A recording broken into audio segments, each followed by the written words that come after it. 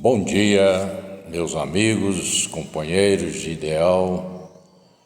Um abraço nos corações de todos vocês que nos ouvem. Hoje o nosso assunto é muito interessante, porque fala dos fariseus, da lição 54 do livro Vinha de Luz, que é um objeto de estudo de toda segunda-feira na Casa da Sopa. Vamos ver uma lição que nos traz Emmanuel, sintetizando o entendimento sobre os fariseus quando Jesus faz uma recomendação. Ele diz assim: acautelai-vos primeiramente do fermento dos fariseus. Lucas é que registrou essas palavras de Jesus e Emmanuel traz para a gente um entendimento do que significa isso para nós que estamos vivendo os momentos difíceis da nossa época, nessa fase de transição. Percebemos de imediato que a leitura chama atenção sobre o nosso próprio comportamento para que ele não se assemelhe ao comportamento dos antigos fariseus. Diz assim o texto: fariseu ainda é todo homem presunçoso, dogmático, exclusivo, pretenso privilegiado das forças divinas. O orgulhoso descendente dos doutores de Jerusalém ainda vive. Atravessa todas as organizações humanas. Respira em todos os templos terrestres. Acredita-se o herdeiro único da divina bondade. Nada aprecia senão pelo prisma do orgulho pessoal. Traça programas caprichosos e intenta torcer as próprias leis universais, submetendo-as ao ponto de vista que espousou na sua escola ou no seu agrupamento sectarista. Jamais comparece ante a bênção do Senhor na condição de alguém que se converteu em instrumento de seus amorosos desígnios, mas como crente orgulhoso, cheio de propósitos individualistas, declarando-se detentor de considerações especiais. Os aprendizes fiéis necessitam acautelar-se contra o levedo de tais enfermos do espírito. Toda ideia opera fermentações mentais. Certamente que o Mestre não determinou a morte dos fariseus, mas recomendou cautela em se tratando da influenciação deles. Exigências farisaicas constituem perigosas moléstias da alma. Urge auxiliar o doente e extinguir a enfermidade. Todavia, não conseguiremos a realização provocando tumultos, e sim usando a cautela na antiga recomendação de vigilância. Emmanuel. Pelo que a gente depreende dessas palavras, nós precisamos ter muito cuidado para não agirmos como os fariseus do passado.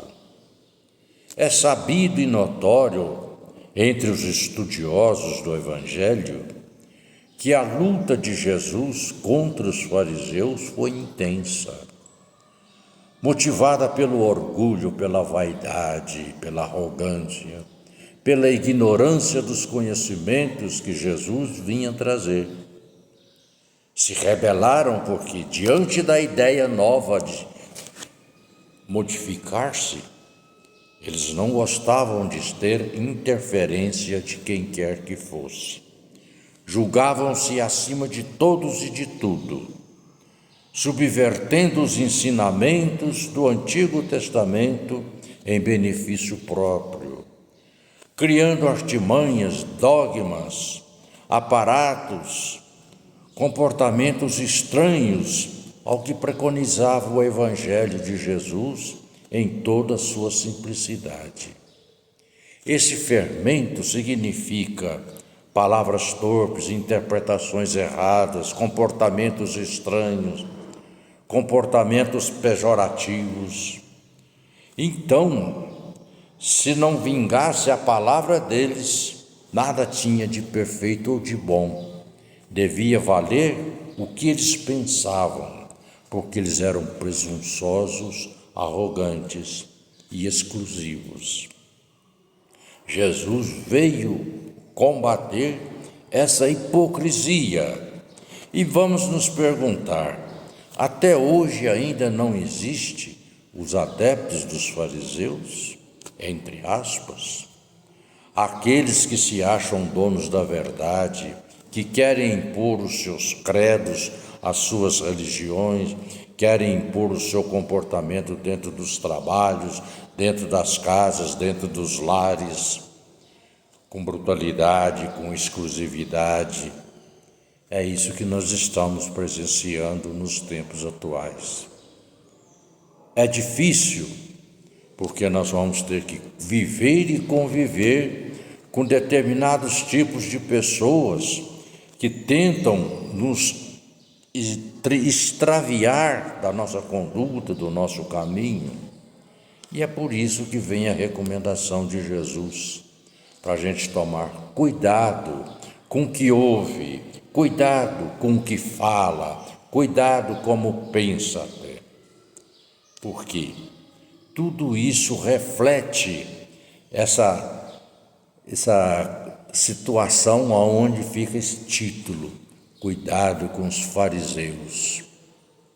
Os fariseus são dogmáticos, os fariseus são arbitrários e a gente não pode ser assim.